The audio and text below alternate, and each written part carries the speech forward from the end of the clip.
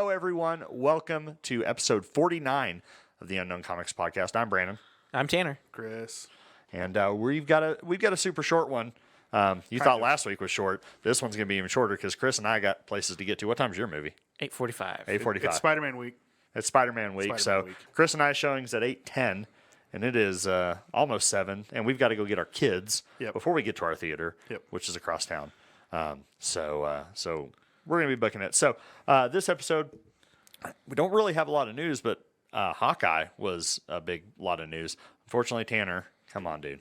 You should know by now. I was trying the to MCU show gets watched by Thursday. I was trying to watch Far From Home, and so the plan was to watch Far From Home and then Hawkeye. But like I said, the kids made Far From Home take like 3 hours. I think it's already like at least a 2-hour It was movie. 2 hours. Yeah. We had kept pausing it, like, be quiet. Eventually, it ended up with go to your room, go to bed. And, yeah. And now you're taking them to the theater. Well, they've straightened up. With since less sugar? then. Well, we had a little come to Jesus meeting last night, so I was talking to Amanda. She said they're much better behaved this evening. Yeah. They learned their lesson, Daddy. I put melatonin in their peanut butter and jelly sandwiches. We're good to go. Yeah, the drinks are spiked for the evening. So we've already we've spoiled a little bit for Tanner, but if you haven't watched Hawkeye yet, you definitely needs to, because it was a good episode. It was a good episode. Of stuff happened. And it's the second to last episode. Yeah. Usually second to last episodes have big reveals, and then you have the culmination in the last episode, which I'm assuming what we're going to see is that the Rockefeller Center fight. Right? I'm not really sure how much we're going to see from Echo in the last episode. I think since we know she has her own show coming, Yeah. her part after episode 5, I think, is somewhat done. I would be very sad if they don't make it about her and Yelena together. Yeah, I mean, Like- I guess. I think they would. I think they'd do well as like a duo show, Yeah, I don't know. and then they'd be the new. Now Hawkeye and Black are you talking about Yelena and Kate? Kate, yes. Yes. Yeah. I think that would be cool to have those two Yeah. become friends. Yeah, that would be Yeah. a pretty cool thing. And then they'd just be the next generation of that pairing, right? Yeah. Yeah. Because they have a little play this episode, and it's fun, But Yelena's very Yelena Yeah. the whole time, and then it turns, and Yeah. she's She's serious all business. she's the widow. Yeah. And so, are you okay if we spoil the beginning of it Yeah. happens very first thing? No, So it's okay. basically it's a flashback to 2018. You'll still be okay with life. So in timeline, this is right after the Black Widow movie. Okay. So Or at least very close. very close. Yeah. So Yelena and another former widow are trying to liberate other widows. Okay. So they go to a house of one, and they have a little fight, and they spray her with the stuff. We'll come to find out She was just doing it anyway. she was just a mercenary. Does it explain like why they're having to still liberate them after the Red Room collapsed? Well, they've still got to do the mind control. They've got to take them off the mind They control. still have to get But to do it. like, who's controlling them if there's no They Red probably are still just in play. It's probably just lingering Room? Okay. programming. Yeah. So whatever they were doing, they're still doing that until they get told something else. Yeah. But come to find out, this one wasn't. This one was a mercenary at free will. Okay. And so they're kind of having she has a mini panic attack for something. It didn't really why she had to go in the bathroom, and she kind of just was She emotional. may have just been missing Natasha. at that point. But she's definitely not dead at this point yet. So she goes to the bathroom to kind of wash her face or whatever, and then all of a sudden she dusts. And then all of a sudden, but here's what's new, she reforms. She comes right and back. then all of a sudden you see the wallpaper change. So you're actually seeing somebody coming back right at the time that they've come back to life. We're seeing their full 5 years experience for the first time of somebody that blipped and came back. Okay. So we saw it a little bit with Monica Rambeau. Yeah, we saw a little bit of Monica. But she fell asleep Yeah. and then woke up, and everything was different. Okay. So this is the first time we saw somebody who was consciously seeing it. She comes back out of the bathroom and she's like, what's going on? There's this little kid, there's this man, and all of Okay. a sudden she sees the other widow, but it's 5 years later and she's like, got a family and everything now. Okay. But then the last thing she says is, I've got to find Natasha and let her know what happened. But we all know Boom. Natasha. And then it goes to the Marvel. Yeah. And then it cuts. Yeah. So like, that was because, like I said, for the first time we saw what the blip side looked like from both sides. from both sides, what they experienced. She's like, I was gone for 2 seconds. What was weird is how she visualized the world changing. Like it wasn't just like everything changed. Yeah, it was like the walls kind of like her brain had to take it all in. Like it just like that blurred. is kind of weird. And so she saw kind of the new thing. So that was pretty cool. So yeah, you get a little interaction between Kate and Yelena. Apparently, one of your well-behaved kids is in timeout. The movie's only an hour away. They better straighten up. Yeah. And then of course the big reveal. Again, two of them, kind of. If you have not watched Hawkeye yet, spoiler. Close your window, because this is the big spoiler. And I say that people knew this was coming. I think really probably both things are spoiled. Yeah. In this, right? Because it's more than just one thing. A big part of it is him. Yeah. So anyway, if you're listening on the podcast, turn it off. Go watch the episode. If you're watching live, you can listen later. Go watch the episode. Go watch Spider-Man. So we finally got confirmation. Kingpin is coming. Yep. And it is Vincent D'Onofrio. And Eleanor Bishop is photographed with him. Is bad. Yeah. She hired. So I wonder. She hired Yelena. I wonder if they are going to lean into the Madame Mask. Because we kind of had Madame Mask a little bit in Agent Carter. But again, that was kind of Marvel Television stuff. Yeah. They kind of pick from that stuff they like. See, it kind of makes me wonder, who does the other character work for? Some people are saying, okay, well, she's Kingpin's wife. Yeah. Vanessa, yeah, but so everybody's like, okay, now where is she at? Where does she fit into all this? Yeah, I think she's the one giving all the orders out. I think she's probably just a high-ranking officer in his kind of empire a little bit. Makes you wonder, does he have control of? I mean, Bishop Security. Yeah, I mean that, or the Winter. That's a very Kingpin type company US to have in your pocket. Does he have U.S. Agent under his thumb? I mean, Madame Mask was the main villain in the Fraction Run. The Fraction Run. I mean, and she may not be Madame Mask. They may leave that as part of Marvel Television and Agent Carter or whatever. But as far as we can tell, Jack Duquesne, who was Swordsman, he's been completely set up to this point to be a bad guy. Mm-hmm. But he's not. Yeah. Maybe. Well, he's probably not a good guy. Yeah. But he never really was a good guy or a bad guy. Yeah. He's probably not the bad guy that they're. He's just a guy with a sword, okay? He is living his best life. He's a patsy. Yeah. So we have that, and then Clint's kind of finally trying to get all his. There's another feels moment too, right there, right when Clint goes up to the tower, and he's talking to the dead Natasha. Yeah, he's talking. There's a memorial of Alton, which it's a memorial, and only two of them are dead. But it's all of their names. It's just like I think it's more of like these people saved us kind of a deal. But he kind of uses it as a memorial to talk to Natasha because apparently her body's in Ohio. He's like, what does he say? Basically, forgive me. I have to do this. How did they get her body? It's on Vormir. Well, it may just be a proxy grave. Yeah. Okay. The grave's there. Yeah, her grave's in Ohio. Okay. At least from what we saw from. Unless Steve brought it back. Ugh. Yeah, he could have, I guess. I think she's alive, just chilling with Red Skull. Do you think Red Skull just has like a little hole that he just throws all the body? Like Gamora's down there, and Natasha's down there. It's just like, here we go again. There's a card that comes by. Bring out your dead. It's a death corpse card. So he has that little moment, and you don't really know what he's talking about, but you kind of have an idea. He's got to cut his loose ends because he now knows that Maya knows where his family is, and so he calls his wife. He calls Laura and says, "Hey, I still think this is about to happen." Again, we're not all sure if she's Mockingbird or not, but she definitely had some kind of something. I think right. Was it us talking about that? We think like maybe it was us talking about that. Maybe there are Mockingbirds, kind of like there's Black Widows. Like there's Black Widows. Yeah. Right, and so you have the Mockingbird from Agents of S.H.I.E.L.D. Again, Marvel Television. They can do whatever, Yeah. Feige will take what he wants from it. Yeah.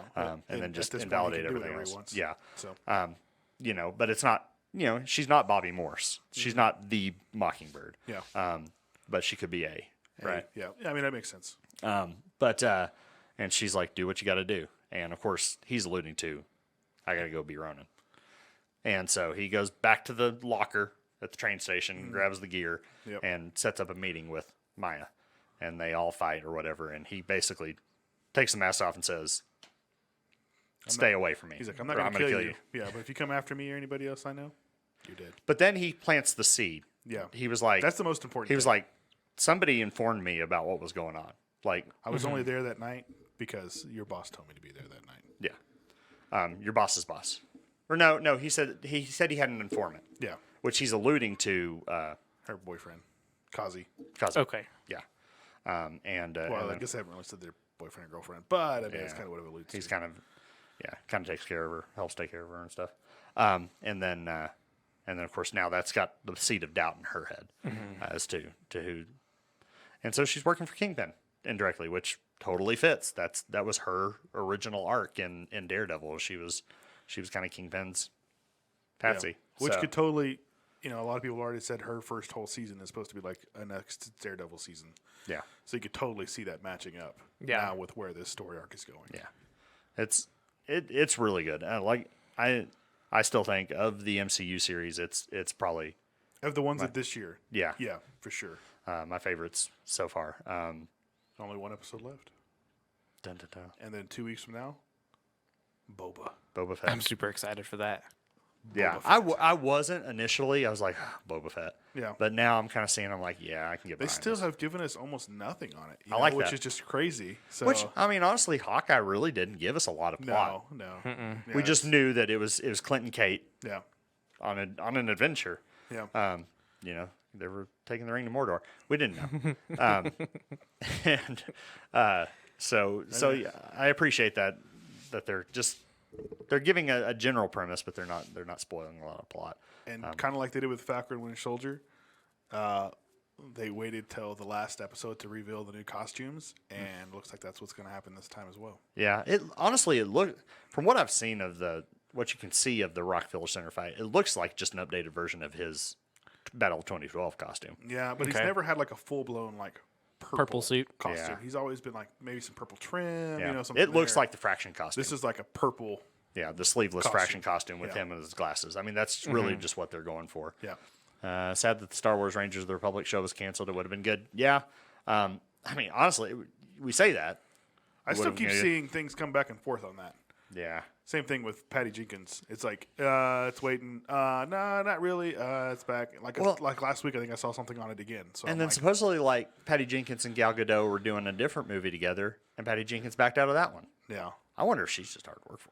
She may be. Yeah. I mean, I think a lot of times it comes down to creative differences, and maybe she's the actual issue in all those things. Yeah. Because I mean, she's the one that keeps walking away from things. Yeah. So, because she was supposed to do, there's something else she was supposed to do. Thor: Dark World was a big one.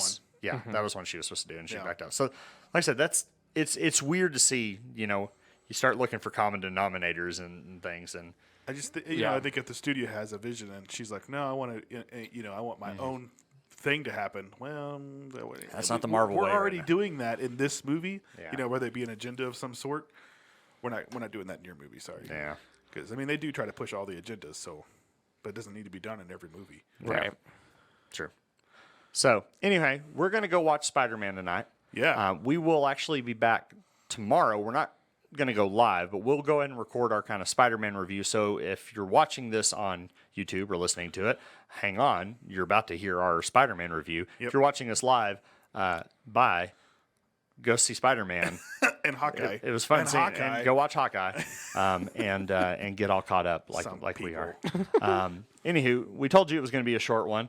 We weren't lying. Hold on. We're like 10 minutes in. What do we do? 12 minutes? No, we're at are we literally at?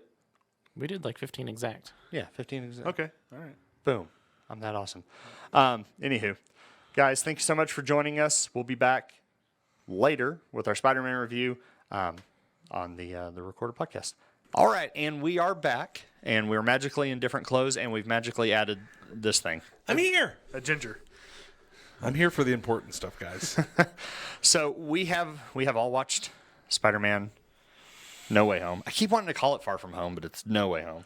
That's what happens when you have very similar. Which, after the movie was over, it makes so much more sense. Like, the title fits the movie. Well, yeah, and they alluded this whole time that it was that in-game Infinity War type. I thought we were starting at the beginning. I'm sorry. That was the beginning. He talked about title, and I just said the title makes sense. I'm just so excited to talk about Spider-Man. So, let's get into it. So, the beginning. It's so good. Okay. Consequences. It's like trying to keep a puppy on a leash. So Consequences. So before we get I just have one question because I've seen a lot of memes and stuff floating around. Like Tom Holland talked about, don't expect a sex scene in the Spider-Man movie. Which one? I never expected a sex scene in a Spider-Man movie. From what I've seen, that's going forward. Maybe, but in the context of this movie, him and MJ have been dating for 2 weeks. Yeah. At the beginning of this movie, I'm all like, that was a pretty quick progression for juniors in high school. I mean, Was it though? Is it though? High schoolers? Well, they are senior. They start their senior year early on in this movie. In the opening scenes, they are beginning their senior year. I would go so far to say is the Ned Betty relationship in Far From Home is not too far from reality with a lot of teenagers. Just date and then you break up? Yeah. Oh, yeah. No, I'm just saying, though, people expecting a sex scene like in Eternals. Yeah. In the context of the movie, from the end of the last Spider-Man movie to now, they've only dated 2 weeks. Yeah. They've been together 2 weeks. So That doesn't Yeah, mean anything in 2021. I never expected a sex scene. It's Spider-Man. It's not Batman. correct.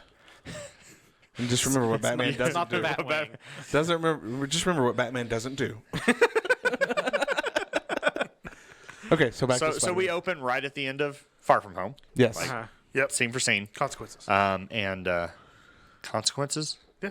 The consequences of being Spider-Man. The whole movie is about consequences. And so they're escaping. This is the scene we expected because it was exactly what Far From Home kind of left off on, and then they escape. What?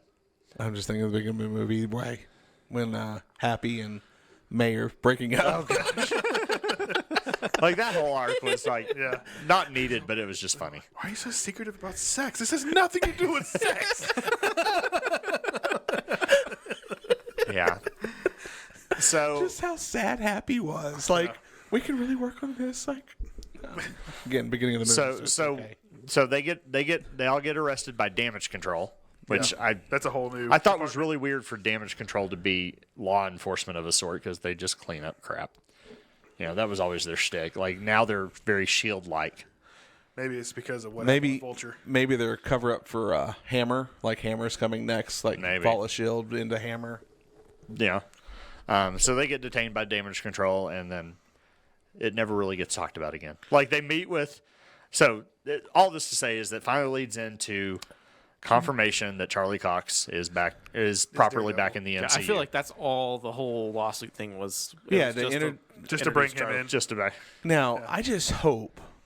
I hope that they go the route of he gets to do the TV Disney Plus stuff, but he also gets to be in the MCU himself because he's a good enough actor to carry on. I think that's the point of they these could do Disney that. Plus shows is to have all this stuff carry over on purpose. It's all one thing. But because, Hawkeye, we also got confirmation of another character from the Netflix series. Yeah. So. We already spoiled it on this podcast. Okay, cool. Yeah, they know at this point. So Kingpin. Here's my whole thing with the lawsuit thing. You really think that Pepper was gonna allow Mysterio? Right. Pepper's probably one of the most powerful women in the whole MCU. Yeah, to kind of defame Stark Industries and. Yeah, they really don't talk about that at all. But I mean, I'm sure it's somewhere in there. Yeah, Well, and the court of public opinion just swinging so hard. Yeah. To Mysterio's favor. On what grounds? He was barely even a hero for however long. Right. Yeah. But he was a hero long enough because he was a world-saving hero. He was saving it from extra multi-dimensional creatures. Fake Yeah. ones. Well, yeah, but who was there to support the other side? I mean, to hear that Nick Fury's been off planet for more than a year, that tells us that the Skrull invasion is already happening and that Nick Fury was probably a Skrull from the last Spider-Man movie. That's not Skrull invasion. He left Talos in his place. Okay. Yeah, we saw that. Yeah, that was the That end happened scene at the end of Captain Marvel. You find out he's in space, been in space. Well, and then it confirms it at the end of WandaVision. Well, Where- yes. Rambo goes to see him, and then he disguises himself. No. Was that an No, incident? that was one of his officers. Okay. You see him at the end of Captain Marvel, I believe. I thought it was Captain Marvel. because at the end of Captain Marvel was like in the 90s. Yeah, but there's the after credits scene where they show him up in space answering a phone call from the person who's acting like they're him. Yeah, it was one of the after credit guess I scenes have to because go you see him and Hill driving. Because I saw him in his office answering the phone, and someone talked about his eye, and the cat was there. Yes, that was in the 90s. That was Coulson, but that wasn't an end credit scene. That was just the end of the movie. Yeah. The after credit was we already was know the cat. Fury's in space. That is for sure. That's Yeah. something that they've already said. Okay. Yeah, I just guess I can't just remember need to go back and which watch of it the again. movies that scene was in. Yeah, but he's voluntarily in space right now. Yes. Anyway, It may have been. But it may still- have been at the end of the Spider-Man movie. possibly. I think it was. It was at the end of Far From Home. Yes, Because- that's when they're because Nick driving. Fury's And in the whole thing, you see so it's Talos and his wife. The whole time that Tom Holland's there talking to Fury, it's a scroll. Did I miss an end credit scene? Yeah, it's at the I end. don't think I've ever seen this end credit scene. Yeah, it's it's just- at the end of that, It's just Fury and Hill driving in a car, and then they both and then scroll down. they both turn that, and it's Talos and his wife. Yeah, and they call Wow. Nick Fury and try to kind of fill him in on what's happening. Okay, well, I guess I need to go back and watch this because I don't remember this at Yeah. all. So, But so I mean, yeah, he just watched Far From Home for the first time 2 days ago. So Yeah. For real? Yeah. It came out right after Belle was born, so it just got missed. You still had years, then we had pandemic. Yeah. which is more time to watch TV. Which is one of the few movies that's not anywhere to watch for free. I have decided I don't like the first half of Far From Home. Like prior to Mysterio revealing who he really is. yeah, I don't care about the beginning part of Far From Home. I like bores it. me. I like it a lot better than Homecoming. I don't like Homecoming almost at all. I don't know. It's kind of ranks up there for Iron Man 3 for me. Peter just wants to have a life outside of being Spider-Man. And the whole setup to the second Spider-Man movie was him just trying to deal with mourning Tony and wanting to take a break from being Spider-Man and actually being a kid. And I think that was an important realization for him that really came crashing down in this movie. Yeah. So only weeks removed. Yeah, I mean, truly, yeah. I mean, his life flip turned upside down. I'd like to take a minute. Just sit right there. Sorry, I just went into Fresh Prince of Bel-Air. Thank you, Will Smith. So then let's see. Moving on. So they meet with. We got Daredevil. They move to Happy's apartment. I'm a good lawyer. Yeah. Yeah. I wonder if we're going to see him in She-Hulk. So this, I think we will. And Echo. I laughed so hard at the sleep apnea machine. Happy's sleep. That was CPAP. funny. You just see him sitting there in the chair, and Peter's talking. He's like, "Are y'all almost done yet? Have you been awake the whole time?" Yes. Happy CPAPy. Yeah. So they leave. They go to Long Island to live in his apartment, and then he goes back to school. I'm recounting everything in my head that happened. Well, he goes to school, and then some of the people there worship him. The others don't care for him at all. Well, now it's like about college acceptance, right? And they're Yeah. trying to find out, okay, They what's all- life going to be like? And Can they're I all- get into college? They can't. Yeah, they can't because they're associated with Peter Parker. Yep. Correct. And so they're all being punished for being associated with him. Yeah. And then you go from that into he goes and makes the deal with Doctor Strange. Which I love because after we saw the trailer and we saw the snowy Sanctum Sanctorum and Strange looks weird and everybody's like, oh, is it a different Strange? Is it the what if? No, they just opened up a portal to a blizzard. That's funny. And That's all it is. especially since WandaVision, everyone's been like, it's Mephisto. It's Mephisto. With every little thing that shows up on screen And somewhere. it's interesting, though, that you find out also that Wong is actually Sorcerer Supreme right now. Yeah. And then you're like, it was what? How did he put it? He said it's it just was a technicality. It's a since I was technicality gone since for I was 5 years. blipped. Since I was gone for 5 years. And I guess it just can't change back. But then they have interns working for him. Yeah. That's funny. Shoveling snow. And so he makes a deal with Peter to do the spell and It should be a simple spell, yeah. and it turns into chaos. Yeah, because Peter just can't get his mind straight. So Strange contains the broken spell, and then Similar to what we see in What If. Right? it's Strange. I love the whole Strange. You didn't actually talk to the admissions office. Like you came to me and you You wanted me to brainwash the entire world. Yeah. Before you I mean, even fought it to took get him a minute fixed. to realize I'm not talking to a An talking to a adult. kid. Yeah. Yeah. Well, like when he says, "You don't have to call me sir, Steven." Oh, that feels weird. But I think this leads into Multiverse of Madness is that Strange. Whatever happened in that timeline inside the thing is. When No, he's I'm not trapped. thinking. I'm not thinking that at all. Strange is very impulsive to use magic to fix things. yeah. Like, did he ask Peter? Well, have you talked to the Yeah. have you done everything you're supposed to do? No. Strange turns to a magic solution as soon as he thinks about it because that's his ego, right? Yeah. His ego is to fix things. yeah, and I mean, he goes from being the most world-renowned surgeon to the most powerful, sorcerer there is. And he wants Far? to flex. Too far. Right? And Wong tells him like, hey, check yourself. I don't want to be a part of this because Leave me out of it. you're being you. And I think that, and of course we will talk about this later, but that is definitely queuing up his next movie and his faults and always trying to fix things by. Because the end credit scene, and Hold on. yes, I know, I'm not saying anything more than it wasn't really. It was a trailer. Yes. Yeah. We'll get I that. know, but we were talking about it. He said, "We'll get to it later." I know. He gave you a verbal command. So Peter goes to talk to the admissions officer, and then we see the first fight with Doc Ock, which was fantastic. Yep. Sorry. Go I just, as he's getting into the fight and Doc Ock thinks he wins, all of a sudden his arms don't work. He's like, Well, Giggling at him. you kind of get worried for a second, right? Because the nanoparticles go to his arms, and you're like, oh crap! Now Ock's going to have access to Nanotechnology. nanosuit technology. No, it was the exact opposite. It screwed him because Yeah. and Peter's just like taking over. His Bluetooth is like, I detected another device. Which makes you wonder, though, like, at that point, since he's controlling them,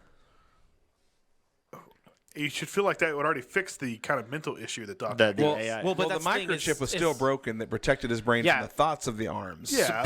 Pete just like the start technology overrode the arms. Yeah. Yeah, Put them into like a passive mode, I guess. he still had that aggression and everything, and I just love the technology leap from in 20 years from his big AI arms to Tony's nanotech is just that. Well, and it's a universe gap too, Right. But there was also a time. Which they talked about that Time stuff a jump lot, too. the difference in universes and then stuff that they have. So, Yeah, and a lot of it is Tony, yeah. right? Right. That's why this universe is so much. But Well, Tony, technically, their Wakanda- universes should have Tonys. but they too. didn't. They acknowledged that those universes didn't have the Avengers and stuff. Yeah, Yeah. were you in a band? Yeah. Which is fine. I mean, there would be universes where there wouldn't, but there would be universes where those Spider-Men have, it's the multiverse, right? There's endless possibilities. Somewhere out there, there's a Swedish Spider-Man. Yeah, Petter And, Petter. and, a, Petter Parker Bird. and a Peter Porker. But Yeah. And so they take Strange or Ock back to Strange. Lots of doctors going on in this. Yes. Yeah. Scientists, doctors. Yeah. and Which if you, is a Spider-Man thing. and if you notice, like most of like Spider-Man's villains are like super geniuses in this movie. Like you have Doc Ock, you have Green Goblin, you have the Lizard, Electro. He was a scientist of sorts. Yeah. He was kind of a failed. Like loser Sandman was like the only thug in Yeah. this, and But that is a lot of And they still showed his motive as being that, too, and is the fact that he just wants to get back to his daughter. So. right.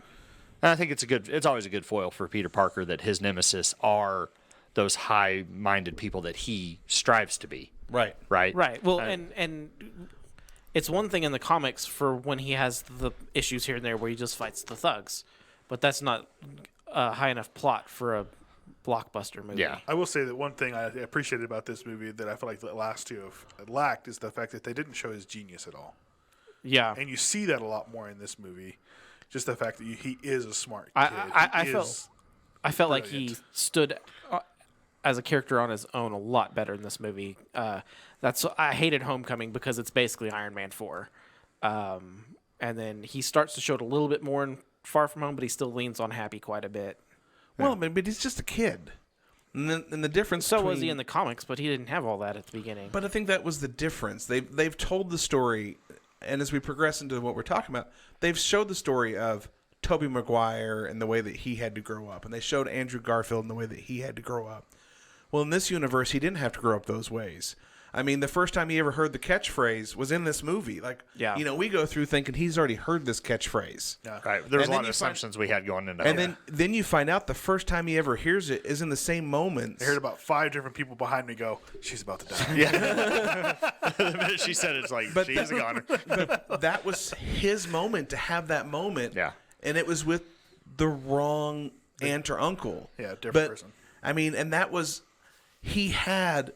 but his story leading into this story is so much more tragic than the other 2 Spider-Mans, I think. Because we'll get into it. Yeah, I mean, we'll get there, but like, I just, with the way that the story is telling, it's been a different route for him in every way.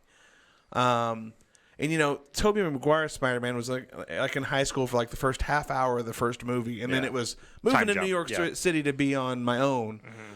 And then, the Andrew Garfield, they were in high school. I think most of the first movie. First movie, yeah, and then it breaks. And then it breaks off into, what happens after.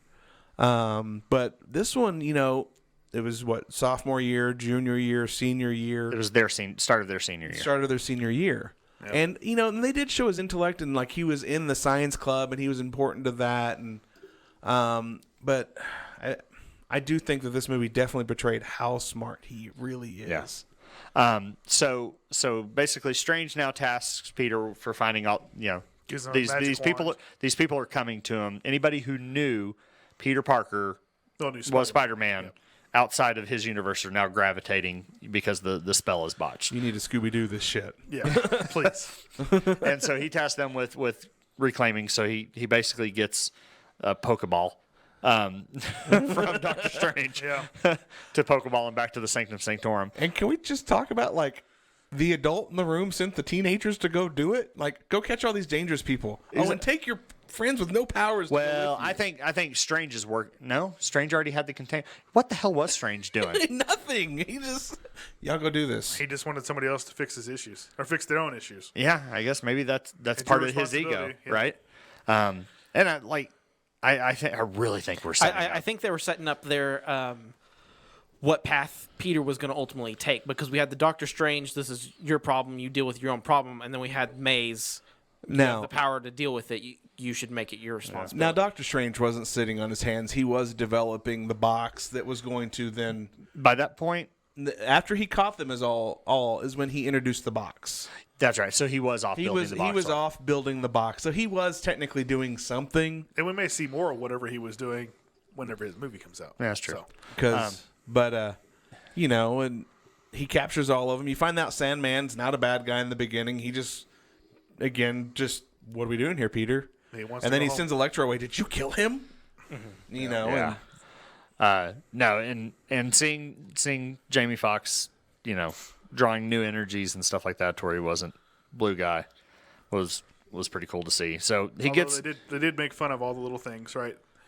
Because when they first see Jamie Foxx, they're like, "This guy's blue." Yeah, I mean, they still call out all the fun stuff. So I think all the things that we've talked about. They call it out. I definitely feel like they fixed Jamie Foxx's character from the second one to this, just so they could fix it. Because I mean, Spider-Man 2, everybody complained about. There was nothing wrong with Andrew Garfield in Spider-Man 2.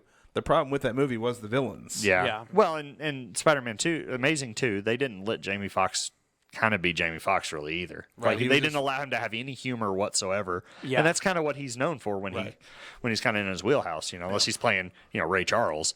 But that was a biopic, right? Right.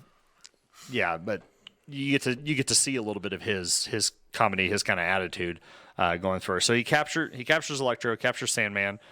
Strange already had Lizard. They got Doc Ock. So Norman Osborn's the last one. And then Norman just finds May. Yeah, he turns himself in, just basically trying to say that he needs help. He's trying to be helpful. He's trying to find Parker. He's not trying to be Goblin. He's trying to find Peter Parker, and hopefully Peter Spider-Man's associated with the homeless shelter that she works at. Yep. Well, he knows who May is, so he knows to hunt May. So here's my only problem with Norman Osborn in this movie.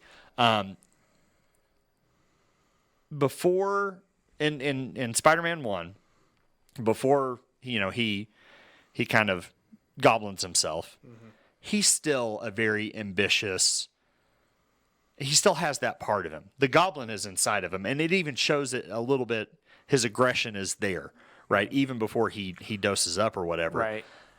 And he was never like it shows Norman Osborn in this movie. He's kind of like a wimp. When he's not goblin.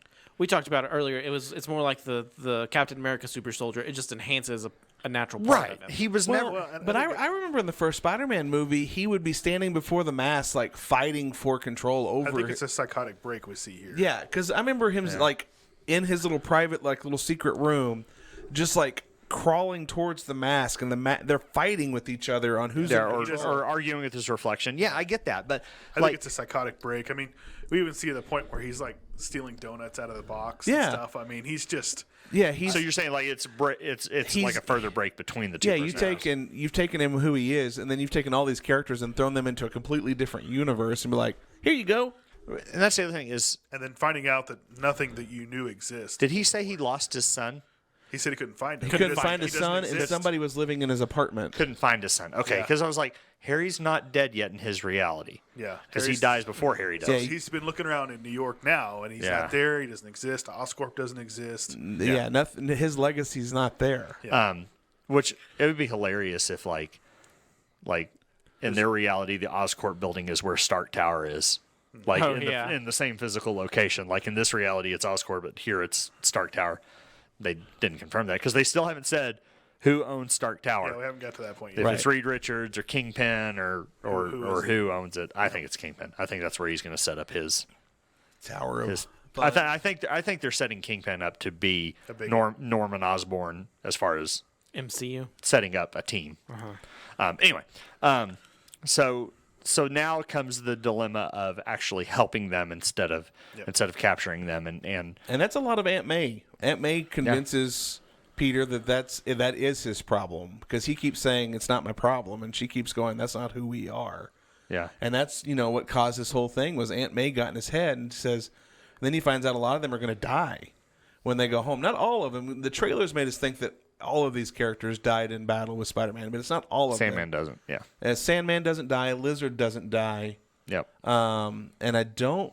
Electro. I think Electro. It's vague as to whether or not he dies. He's in the grid. He's in the grid. So he finds out that they're going to die, and Doctor Strange goes, "They have to be what they are. They have to die if they're supposed to die." Yeah. And he just. There's Aunt May, his little conscience in the back of his mind. He's like, I can't accept that. We have to be able to help these people.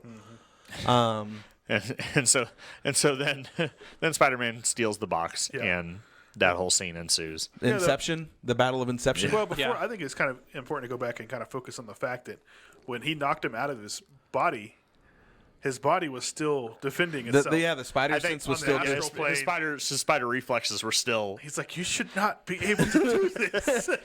And then when he goes, this is probably the coolest thing that's ever happened to me. This feels really good. And he actually gets back into his body, which even Banner couldn't do. Yeah. Right. And then in that fight scene, you also see his intelligence shine through. He's like, geometry. I love geometry. I'm good at geometry. Yeah. And then he sciences his way into beating Doctor Strange in a magical world. Which this then ties in, and you heard them kind of talk about it a lot because this is the first time that this is probably the second time since Thor that we've had that discussion of science and magic in the MCU, that magic is just science that we don't understand yet. Yes. Right? And so, because you heard this talked about a lot, especially with Doc Ock and Norman and Peter, and the other Peters talking about you have magic in this world. Well, MCU Peter Parker realizes magic is just the mirror world was just geometry, right? Math, this is all just physics, right? Multiverse is physics, but magic is tapping into that. So in this MCU, there's a definitive blurring between science and the mysticism, whereas in the comics, they are their two separate things, right?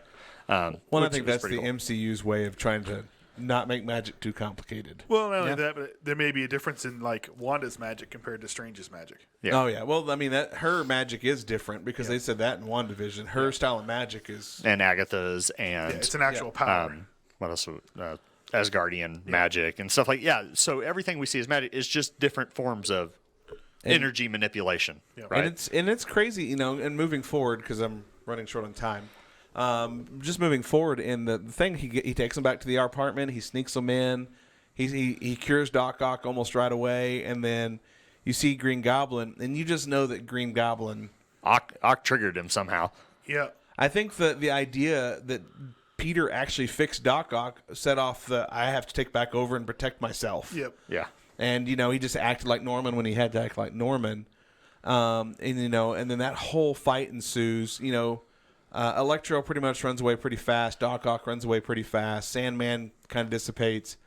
But Green Goblin just kicks the shit out of Peter. Yeah. Like, just hounds him. And then Lizard shows back up and says, oh, he's not done with you yet, and throws him back in and leaves. I'm like, okay. Yeah, well, he just said, I told you there'd be consequences, and then rolls out. Yeah, but he throws him back in, and and then Green Goblin basically leaves off where he left off with Peter. Like, your conscience is the problem. Your conscience is the problem. Yeah. And your then morality. And then he goes, and it's your aunt's fault. Essentially he goes, and then that's when we had the scene where the first time I kind of teared up. Yeah. Because you had that whole, she stands up, everything seems fine. My kids were all like, no! They did not want to die. The whole room, cried over that moment. And I mean, the way he acted in that moment, Tom Holland, like the emotion that you felt. I mean, he should win some kind of award just because the whole room felt the emotion with him in that moment. Yeah. Like, I don't know if they waited until that scene to tell him she's dying. And compared to the previous movies, right, where you only had a couple scenes to get attached to this character that dies, right? Yeah. We've had movies to get to know this character and to see her get involved with other characters in the MCU. So, Right. I mean, that kind of stresses So, that a little bit further. And May's always been kind of off limits. Yeah. Now, I will say that this whole movie does scream Mephisto because of One More Day. Because a lot of what Peter sacrificed was to save the people around him. And he essentially did the same thing, but it didn't bring May back. Yeah. Because May died, he went to Mephisto to make a deal with Mephisto to bring her back, and then Mary Jane sacrificed the relationship with Peter because of how dangerous it was. Right. So this entire thing sets up One More Day. Like, it was that without Mephisto and without, May coming back. But she died, and the whole room, you could feel the energy in the theater I was in, just pure sadness. Yeah. So and Tanner and I were talking about this. So I believe, and I was telling this to Olivia last night, that I believe, so What If set up nexus points, that points no matter what part of the multiverse is, this has to happen.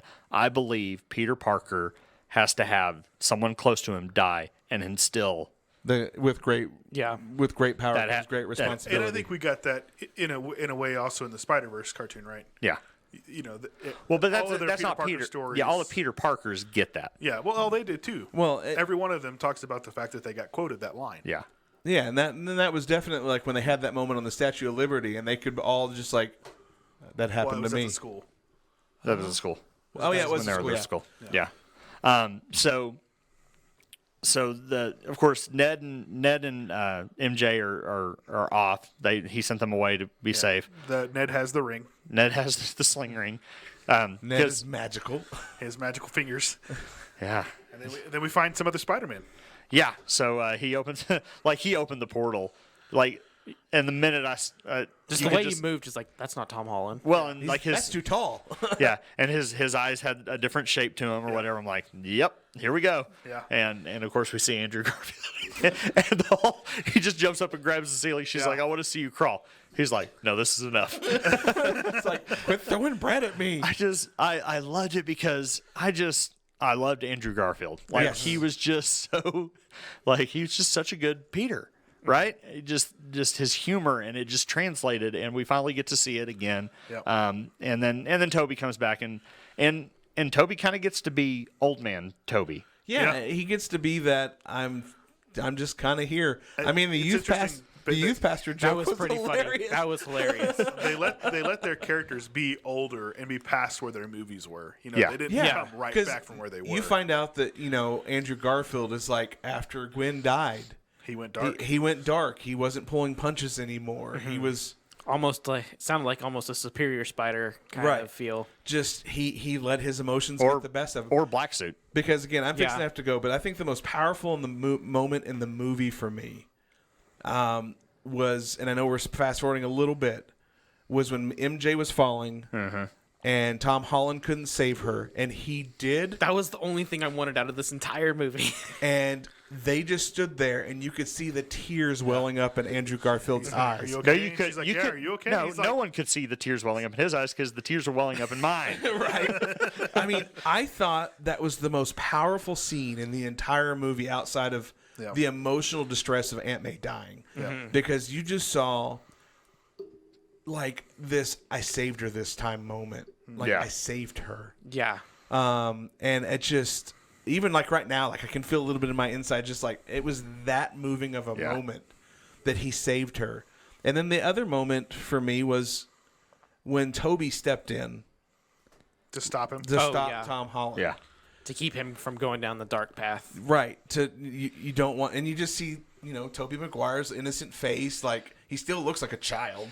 Well, and you can see as soon as it happened to, neither of them were really struggling at that point. So Tom Holland had already relinquished. Yeah. Once he was stopped, he was stopped. It was just the fact of putting it down. Yeah. So. No. All right. We'll be back. Darren's got to go. Well, no, I still want to talk about one more thing before I have to go. You got to go. I know. I got like 2 minutes. Okay. Because the only thing I really want to talk about, other than those emotional moments, like there's still so much more. This movie has so many layers, and it's amazing. And like it is a true love letter to all the Spider-Man and Marvel fans from like the last 20 years. But the curveball they threw us with Venom 2. That was dumb. No. It sets up the black suit Spider-Man perfectly. It does, but it's like he only showed up long enough to leave a piece of the symbiote. Here is my problem with that. So the only people that got pulled in were people that knew Peter Parker were Spider-Man. He didn't even know Peter Parker existed. Why would he have gotten pulled in? No. Electro did not know that Peter Parker was Spider-Man either, because when Peter took his mask off, he said, "I thought you would be black." I think he just got. I think it's more Doctor Strange is the reason he's pulled in. Or Venom. I think it was just Venom honing in on where other things are to go. Well, but Venom was trying to show him. Because I still don't see why they could still have so Tom Hardy. That actually means the after credit of Venom 2, that happened after he already got pulled into the universe because he was seeing the news report. Right. Yeah. Oh, that's why he was in Mexico. That's right. Right. Because he was in Mexico, and then Venom was going to show him the history of the symbiotes, and then he does that, and then wakes up in like the MCU. Yeah, I don't think it has anything to do with the spell.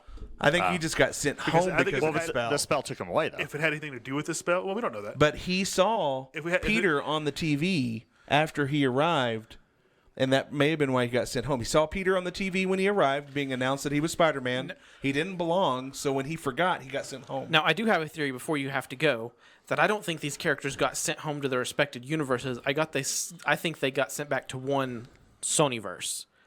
And my main reason for that is what we've seen in the Mobius trailer. Because Morbius. because Vulture doesn't make sense still. That doesn't make sense, but if they got sent home, then we couldn't have seen the Tobey Maguire none of the Spider-Man multiverse poster. stuff makes sense yet. Right, Because everything has had their own little multiverse crap. But Strange has said that we don't fully understand Wanda's the had multiverse. her own thing. Loki's had his own thing. Everybody's had their own thing going on. Yeah. I think this was a clever way to set up, okay, we can have Spider-Man in the MCU with the Avengers, but now we can have Spider-Man in the Sony movies with our other Sony characters. But we can also have Black Suit Spider-Man for Secret Wars. All I want, Captain America. and all I need in my life right now is on Monday, when the whole world has finally seen this movie, because it opened at a $51 million Thursday opening. I need Sony to go, those 3 Spider-Man movies that we talked about were not all Tom Holland. They were 3 movies from 3 Spider-Mans. That'd be so cool. I mean... Well, why can't they go that route? DC's going that route with Batman. Yeah, I mean, why can't you go, Andrew Garfield, you got a movie. Tobey Maguire, you got a movie. Tom Holland, like you got a Oprah. movie. And Everybody gets a movie. because I would go watch all 3. Yeah, Like, I would. like, just give us the movies already, and then, like, give us a Daredevil. Like, give us Daredevil. Give us the other 2 Spider-Mans. Let's adventure. Let's see Kirsten Dunst come back. Yeah. Teeth and all.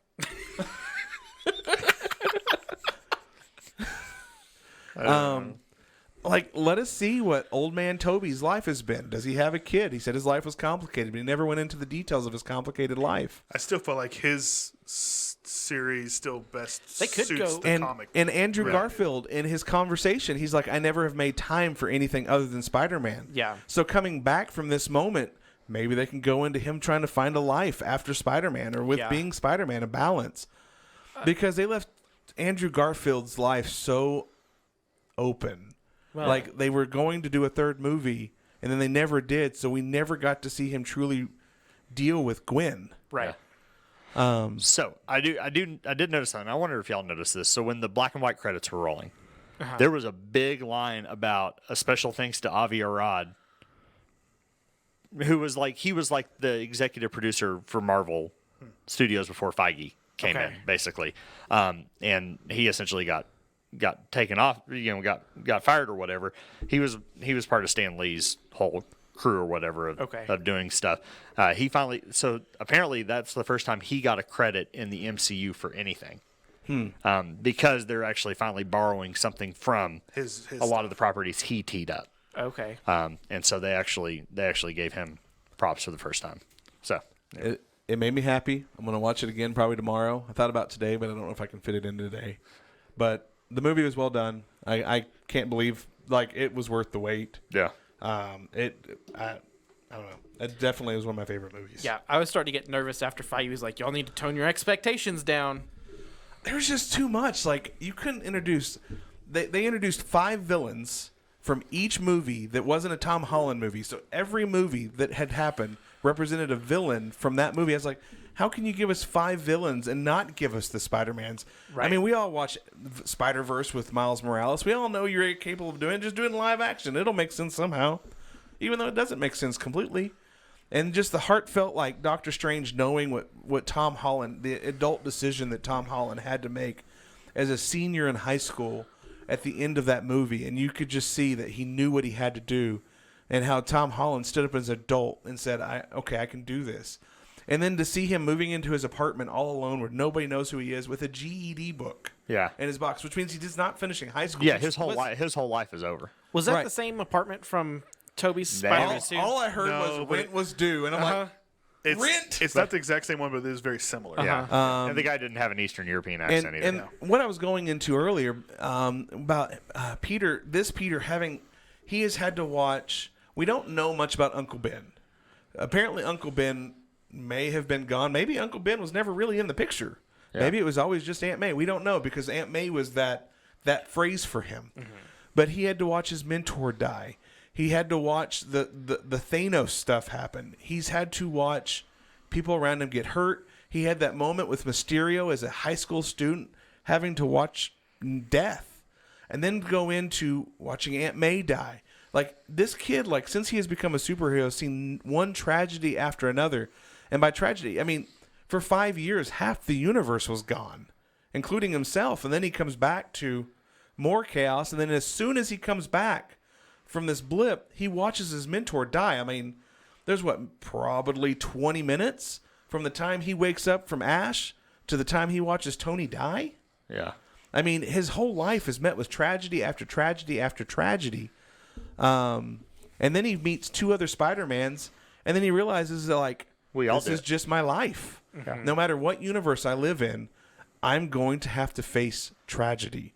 And so when he got his coffee from Mary Jane after everyone forgot, he had to make that decision right then and there, which is the one more day storyline setting in.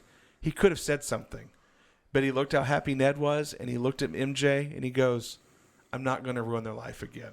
Now, I think he's going to battle with that, the same as Andrew Garfield battled in the second movie about staying away from Gwen Stacy because of the promise to the dad. But I think there's a lot to, like, for being such a young kid in this big world of superheroes, there's been a lot of tragedy for that kid.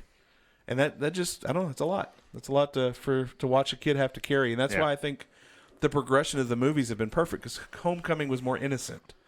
And then you go into the next Spider-Man movie, which was him dealing with grief from Endgame. And then you go into this movie, and it's only 2 weeks after it's a 2-week span. So by the time this whole thing plays out, he's been, I mean, the lawsuit thing probably was around for a couple months. He's probably, it was at Christmas time, so when all this happened, so, because that's when he got in the fight with Doctor Strange, was around Christmas time, because you could see that in his little panoramic mirror world thing. Yeah. So in 6 months, his world is just completely fallen apart. Yeah, because from what I understand, Hawkeye and this stuff is actually taking place. There's parts of it that are taking place at the same time. So, But this was fun to talk about, and I can't wait to watch it again. Thanks, guys. Bye. Okay, so we're back. Darren's gone. He had to go. So Darren kind of just took us through everything, but well, there's still a lot of stuff we didn't talk about. I mean, one of the big things that I like the fact is that they did the meme multiple times, where you have the three Spider-Mans pointing at each other. Yeah. So we had it in the lab where they were all petering each other, and then also when they're on the Statue of Liberty and they all land after they're trying to fight for a second, they're going back and forth at each other there too. So I like the fact that they hit the meme a couple times. They kept acknowledging to each other that kept calling it the Peter Tingle. Yeah, it's like it works. I love the fact that they had the shooter issue. They're like, so does it just come out of you? And like, does it come out of anywhere else? Yeah, Toby's like, y'all don't do this, Andrew Garfield's like, it's kind of a hassle the way we have to do it. We have to make this stuff, right?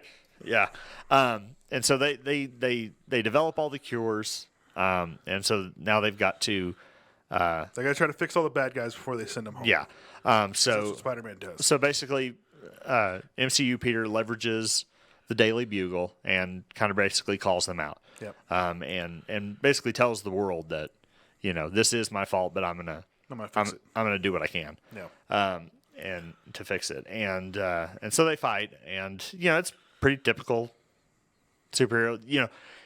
What's cool though is and this is what's different about MCU Peter is they don't Garfield and Maguire never worked. They've never worked with anybody else. Yeah.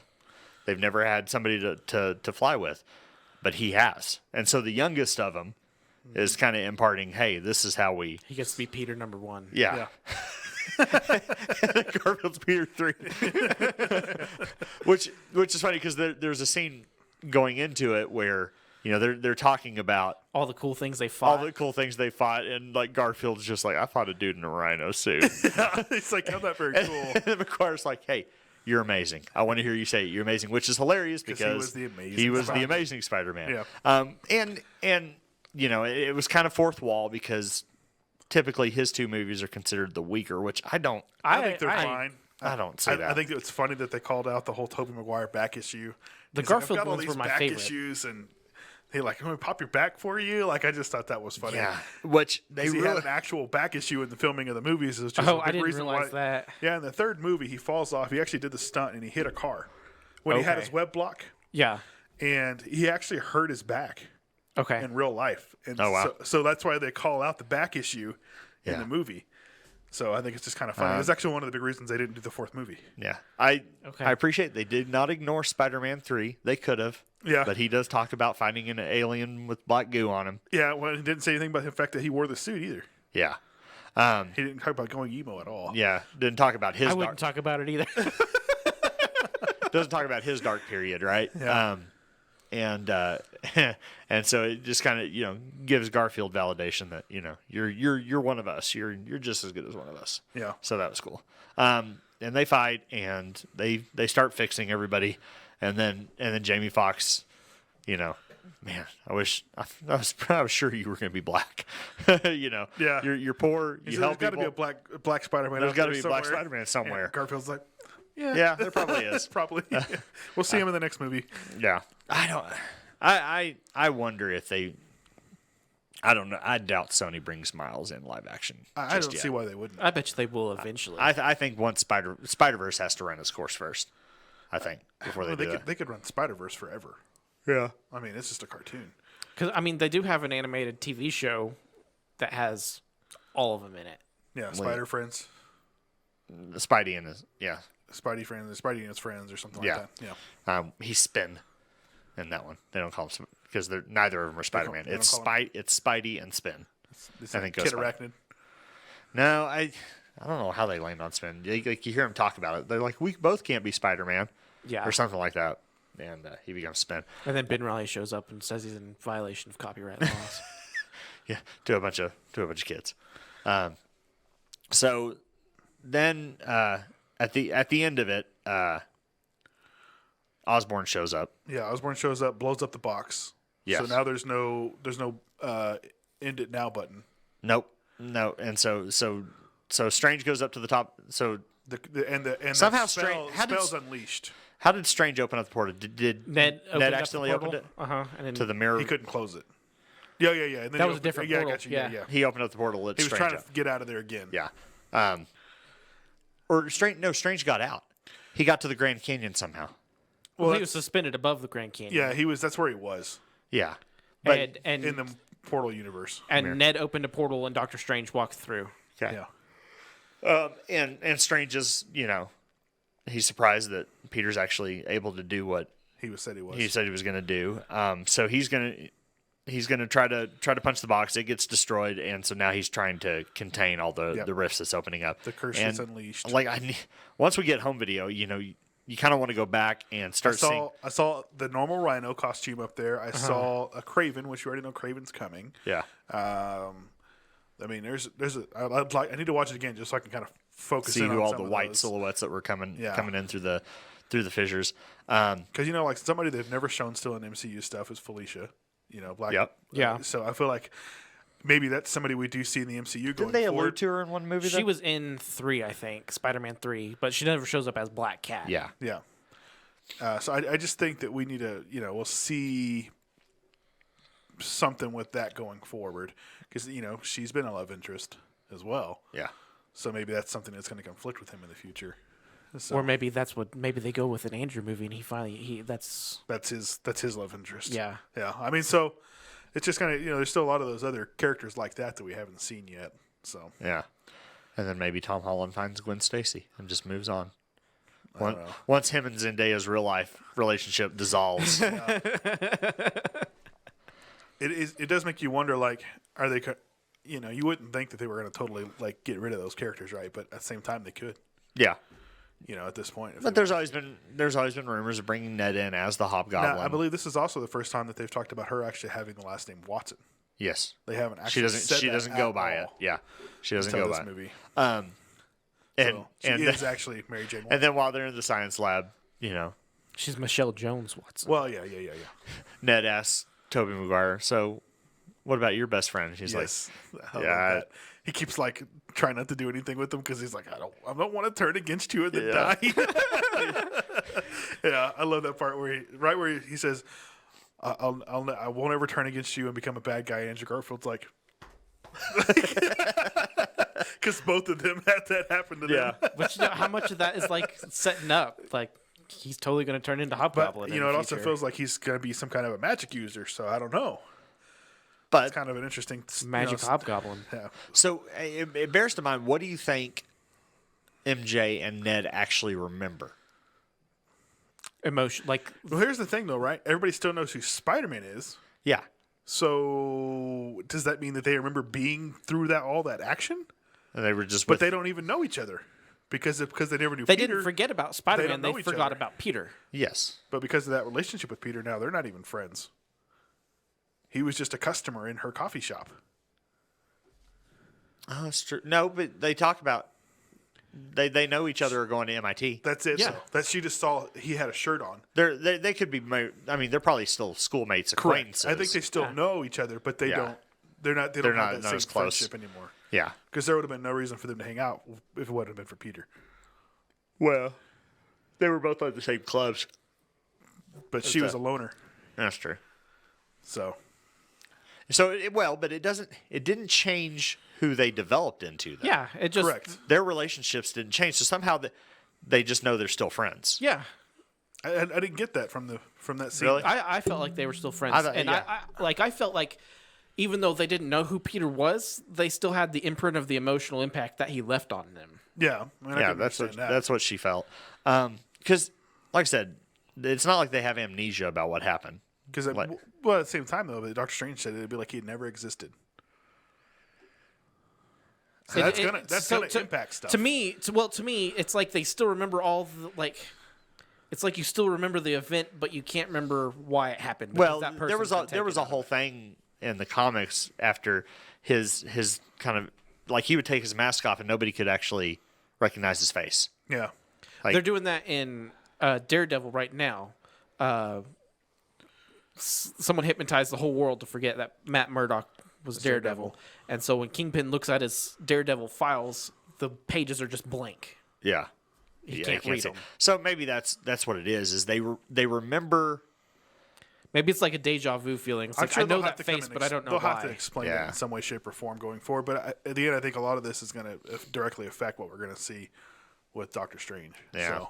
So basically, Peter makes the sacrifice. He's pretty much giving up his life. Yes. So that everything can be. And I tell you what, my daughter was so heartbroken. She's like, they better make another movie and they better make it right.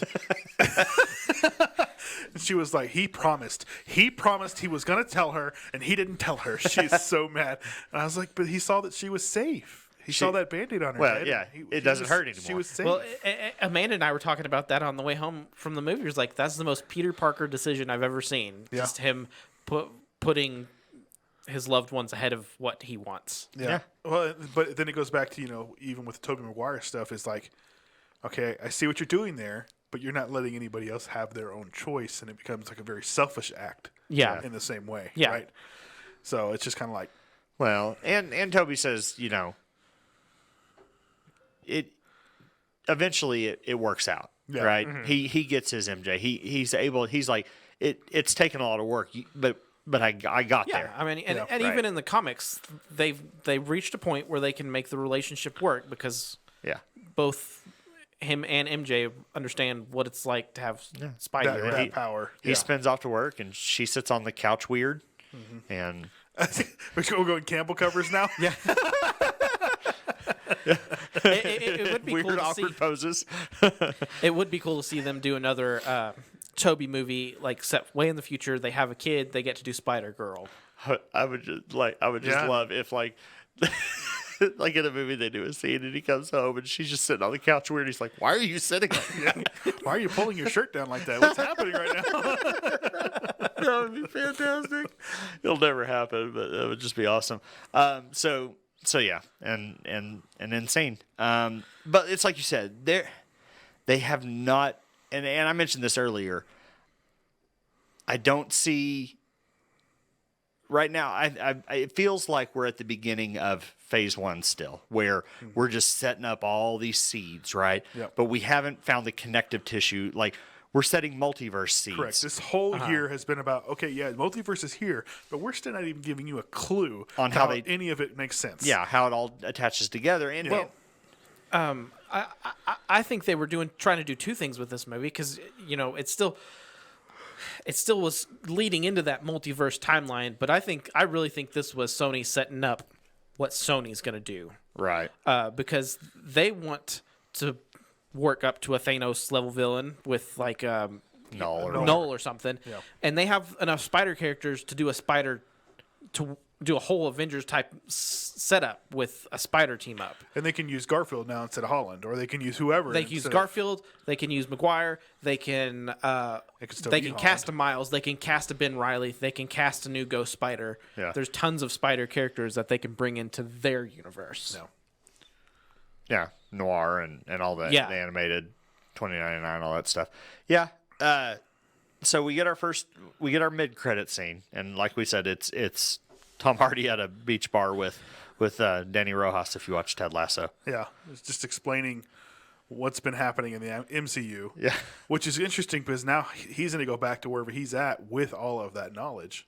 Yeah. So that's going to be kind of weird. So do you think he next time he lets Venom come out, Venom's just got a white spider on his chest because... Or maybe not even that, but maybe he gets to the point where in his world he goes and finds his Peter Parker. Yeah. So we have another one. Yeah. So I mean, because he's not in his world anymore. He's in the Sony-verse. It's Chris Pine. Yeah. That'd be all right. Yeah. Or Jake Johnson.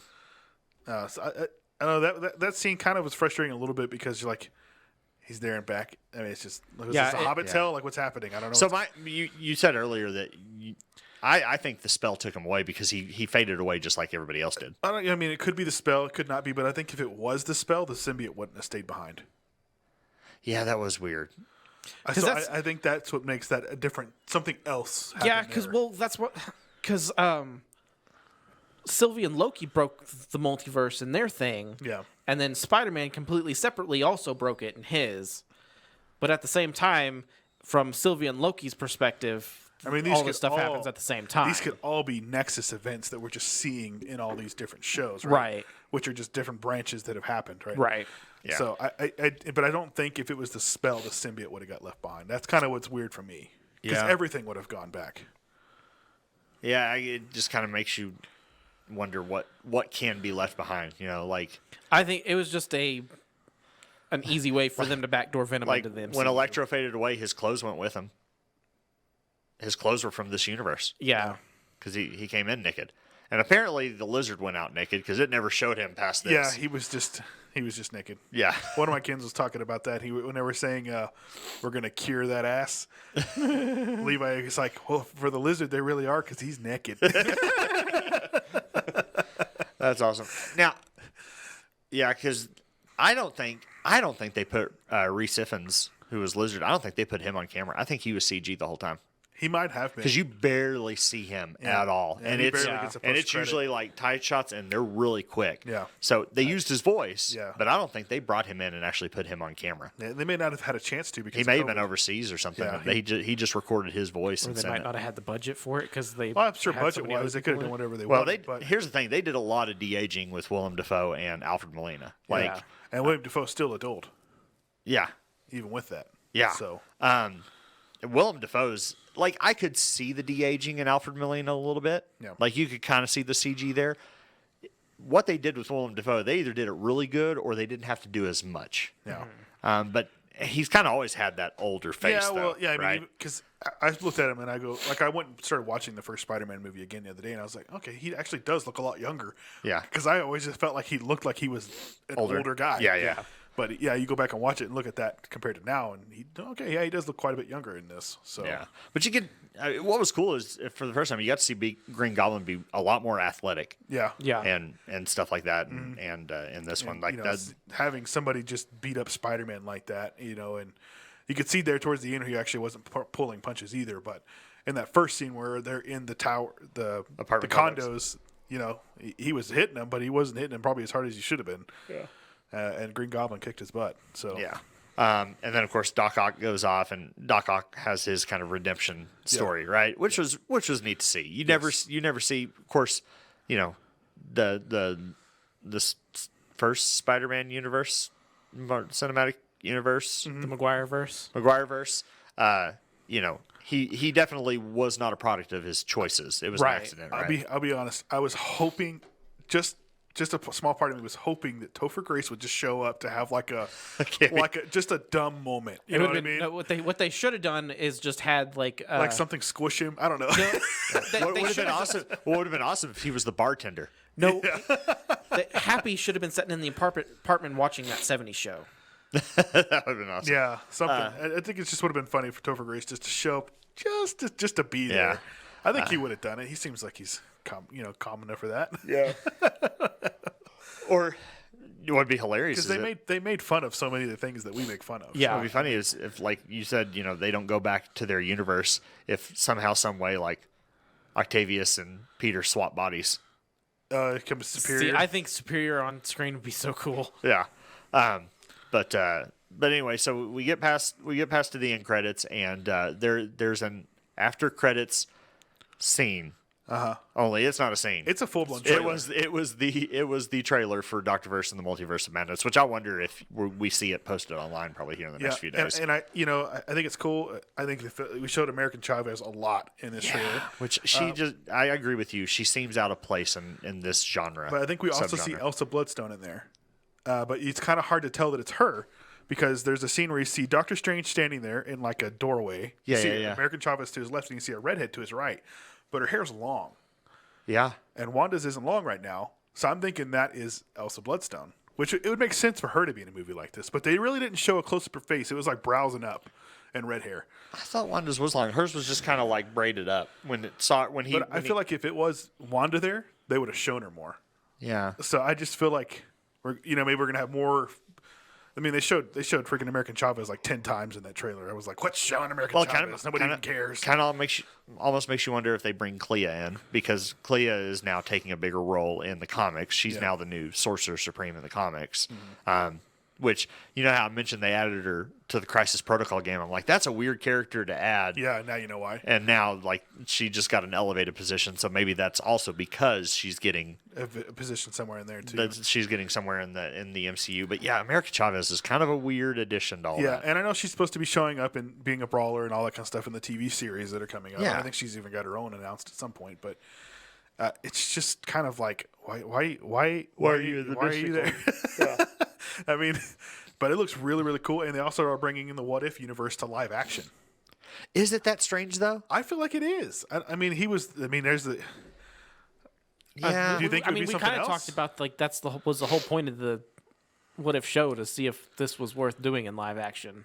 Yeah, I mean, my thing if is... it's all supposed to make sense, you got to pull from it for the live action stuff, too. My thing is, at this point, he's still part of the Guardians of the Multiverse. Mm-hmm. So it's like, that's his kind of place right now is with the other Guardians of the Multiverse going into What If Season 2. So that was kind of, I don't know, maybe he encroaches in that universe to be with that universe's Christine, since she lived. I'm not sure. I have to go back and watch that episode, because I feel like it's different Doctor Strange than what you're thinking. I mean, I'm thinking it's the Doctor Strange from his What If episode. The one that steals all the powers from the different demons. Yeah, that's what I feel like it is too. And gets locked in. Yeah. Yeah. He's part of the Guardians of the Multiverse at the end. Yeah, I'm not sure. I still feel like it's got to be something similar to that. Yeah. For him to be as dark and bad as apparently he is. Or something Mordo did. Yeah, I mean, that could be true. Mephisto. It's weird to see Mordo with so much hair. See an actor with so much hair. And what if that Strange is the MCU's Mephisto? I mean, it could be. Like, that's Mephisto. He's been the one pulling strings. Because MCU Mephisto really doesn't have an origin story. He's just always existed. Yeah. Yeah. Maybe in MCU, because MCU loves to just kind of use whatever tweak stuff and make it its own. And maybe that Doctor Strange is the MCU's Mephisto. No. I don't know. I mean, he could be a demon because he's from a different dimension. Yeah. You know? Who knows? Yeah. He's a greater demon of Zinch. Yes. Yeah. Nah, he'd be more Slanesh. He's a wizard, though. He's a wizard. He's a wizard. Yeah. He's very selfless. I don't want to get killed by some guy looking like Dungeons and Dragons. I think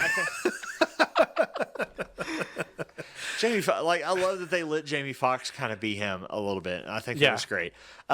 So one thing that I think it's downplayed, but I think will come into contrast once you see the after credit trailer. Now you start to contrast that. I need them to show that now so I can rewatch it a few times. Is that basically Peter can make the choices that maybe Strange can't make. Like Strange, we're finding that he's very impulsive. Mm-hmm. That his ego has not completely gone away. He had a huge ego as a surgeon. Yeah. But that's still very much a part of him, and that he wants to be the best. He wants to prove he's the best. Yeah. And he will take risks like helping Peter. Just I can do that like that. Yeah. I'm awesome. Mm-hmm. And then it goes wrong, right? Same thing it's the same ego that Iron Man had, right? Yeah. But we saw that in the What If too. Yeah. Like that. It was his ego. He can save Christine. Yeah. Right, and he can. And then I think that's really powerful for his character, and I think it sets up, quite a bit. And because that's his flaw, right? Mm-hmm. Is his ego. So going back a little bit, because we haven't actually hit on this yet. Spider-Man's new costume that he handmade. Yeah. So it's just perfect. Yeah. It's just we finally see blue. Yeah, for the first time. Vibrant blue. Vibrant blue. It was like the normal blue is not on sale, but we have this metallic, shiny stuff. Yeah, and I know I've said this many times throughout our I wish they would have given us like a really clean look at it, though. I mean, they're really making sure we have to wait till the next movie to see it. But just throughout the entirety of every time we talk about Spider-Man, the further it gets away from him having to rely on Stark technology, the more I like Tom Holland Spider-Man. Yeah, and I think we're all the way there now. He's just got a spandex suit on. Yeah. He's Spider-Man. The only thing that was missing from everything that happened in that apartment complex is a camera. He would be they haven't touched anything about him being a photographer. Yeah. Here's my thing. Okay. And I think maybe they'll develop that because he's like, okay, I've got to figure out a way to make money. And maybe he just kind of stumbles upon I don't know. I don't know that it makes sense to make him a photographer because I would rather see them. But they'll have to figure out something to make him that broke kid that needs to make money. What I would figure out is would he go work for the Daily Bugle, knowing how much J. Jonah Jameson jacked his life up. I don't know. I don't know that would work in this setting. I do see him as the pizza boy. Yeah, and we've seen him do that with the other franchises as well. But it is interesting to see where it's going to lead. See, I wonder. I would almost rather him. They'd have to do something to pull it off. Like maybe he meets Reed Richards, since we know that Fantastic Four is coming. But I'd like to see them take Tom Holland the Parker Industries route, and. Yeah, I mean, he's going to have a long way to go to get there because, I mean, unless there's another time jump, he's still got to finish high school, which he's halfway through because we saw at least Christmas break. He's essentially finished. We saw the GED book. All he has to do is pass a test, and he's smart enough to just pass the test. And we already know he's super genius, but he's still going to go through school and whatever school that may be. Yeah. So we'll see the evolution of where that's going to go. Or he just goes to work for a lab somewhere. Yeah, it could be that. Yeah, what was that? Horizon was the one he goes to work for, but it very well could be whatever Reed Richards has, and then now he has another mentor. Yeah. he swings from mentor to mentor.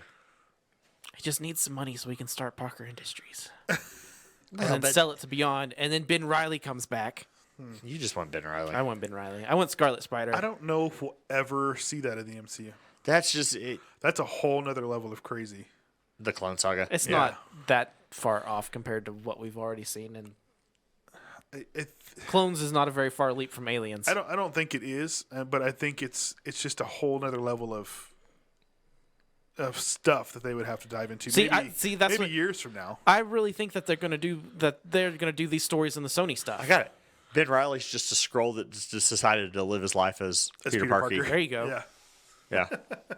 No, I really think it would make sense for Sony to use the other Spider characters and just because that way one exists in the MCU and one exists with all their other movies. And then if they want to do team ups, there's enough Spider characters for them to do. Well, we already know which one it is because Tobey Maguire was in the poster behind Morbius. That's why. Say what? In the Morbius trailer. Tobey Maguire's in the poster. Tobey Maguire Spider-Man. Oh, okay. And it's been that way forever. That is the sole reason why I think they're setting it up this way. Yeah. And they sent them all back to this one universe and not necessarily their separate universes. Huh. And we didn't see it, but who's to say that Vulture didn't get or that he's not the same character in both places. Vulture, right, hold on. Vulture does know Peter Parker is Spider-Man, so what if the spell accidentally sent anybody else? But it didn't send. It wouldn't have sent his friends and everybody else. Yeah, and everybody forgot who Peter But Parker we was. also theorized that maybe what happened in Loki is what sent Venom back. So maybe some people got sent for other multiverse reasons. Yep. We'll find out soon enough. We will find out soon enough. I think we talked a long bit about Spider-Man, and we could probably keep going. We need to watch it again. Maybe we'll come back a second time and be like, all right, here we go. Here's what I saw on my second watch through. But anyway, guys, thank you so much for joining us. We will be back next week. Mm-hmm. We will do a podcast. Hawkeye finish. The Hawkeye finale podcast. And maybe we'll talk about Spider-Man more. We don't know. There'll probably be more. Because there may be stuff announced next week too. Yeah. And then other Thursdays we'll have to kind of see how the holidays kind of go. Anyway, thank you so much for joining us, and we'll catch you next time. Later. Bye.